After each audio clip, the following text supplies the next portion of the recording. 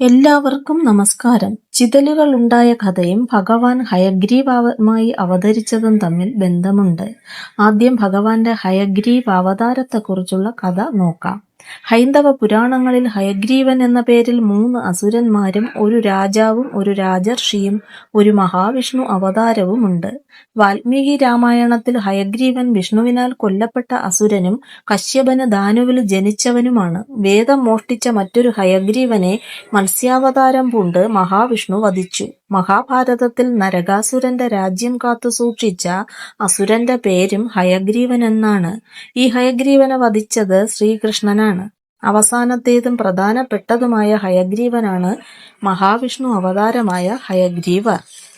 മഹാവിഷ്ണു അവതാരമായ ഹയഗ്രീവന്റെ ഉൽപ്പത്തി ഇങ്ങനെയാണ്. അസുരനായ ഹയഗ്രീവൻ അതികഠിനമായ തപസ്സിലൂടെ ദുർഗാദേവിയിൽ നിന്നും മറ്റൊരു ഹയഗ്രീവന് മാത്രമേ തന്നെ വധിക്കാൻ സാധിക്കൂ എന്നൊരു വരം നേടി. വരസാഫല്യത്തിൽ അഹങ്കാരിയായ ഹയഗ്രീവൻ മുനിമാരെയും ദേവന്മാരെയും ക്രൂരമായി ഉപദ്രവിക്കാൻ തുടങ്ങി. അസുരന്റെ ഉപദ്രവങ്ങളിൽ പൊറുതിമുട്ടിയ അവർ ഭഗവാൻ വിഷ്ണുവിന്റെ ചരണങ്ങളിൽ അഭയം പ്രാപിച്ചു. ഹയഗ്രീവനുമായി ഘോര യുദ്ധത്തിലേർപ്പെട്ട വിഷ്ണു ഭഗവാന് ബലവാനായ അസുരനെ തോൽപ്പിക്കാൻ കഴിഞ്ഞില്ല. തളർന്നവശനായ ഭഗവാൻ വൈകുണ്ഠത്തിലെത്തി പത്മാസനത്തിൽ യോഗനിദ്ര ആരംഭിച്ചു. തന്റെ വില്ലിന്റെ അറ്റത്ത് തല ചായ്ച്ചായിരുന്നു ഭഗവാന്റെ ഉറക്കം.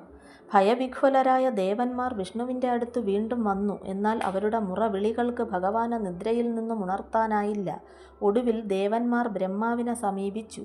അങ്ങനെ ബ്രഹ്മാവ് ചിതലുകളെ സൃഷ്ടിച്ചു. അവയോട് ഭഗവാന്റെ വില്ലിന്റെ ഞാൺ കടിച്ചു മുറിച്ച് നിദ്രയ്ക്ക് ഭംഗം വരുത്താൻ നിർദ്ദേശിച്ചു.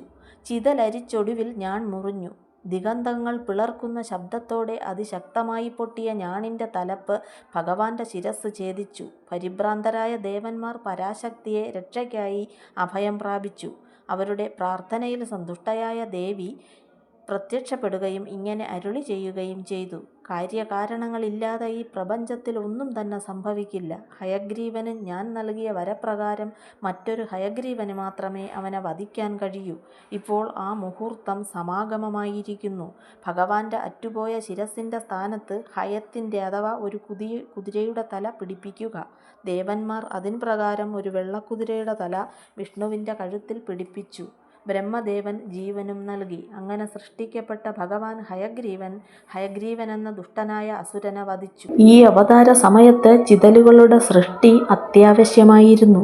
അങ്ങനെയാണ് ലോകത്ത് ചിതലുകൾ സൃഷ്ടിക്കപ്പെട്ടതെന്ന് ഈ പുരാണകഥയിൽ പറയുന്നു. ഈ പുരാണകഥ നിങ്ങൾക്ക് ഇഷ്ടമായെങ്കിൽ ലൈക്കും സബ്സ്ക്രൈബും ചെയ്യണേ. മഹാവിഷ്ണുവിന്റെ അവതാരമായ ഹയഗ്രീവരെ വിദ്യയുടെ ദേവനായി സങ്കല്പിക്കുന്നു.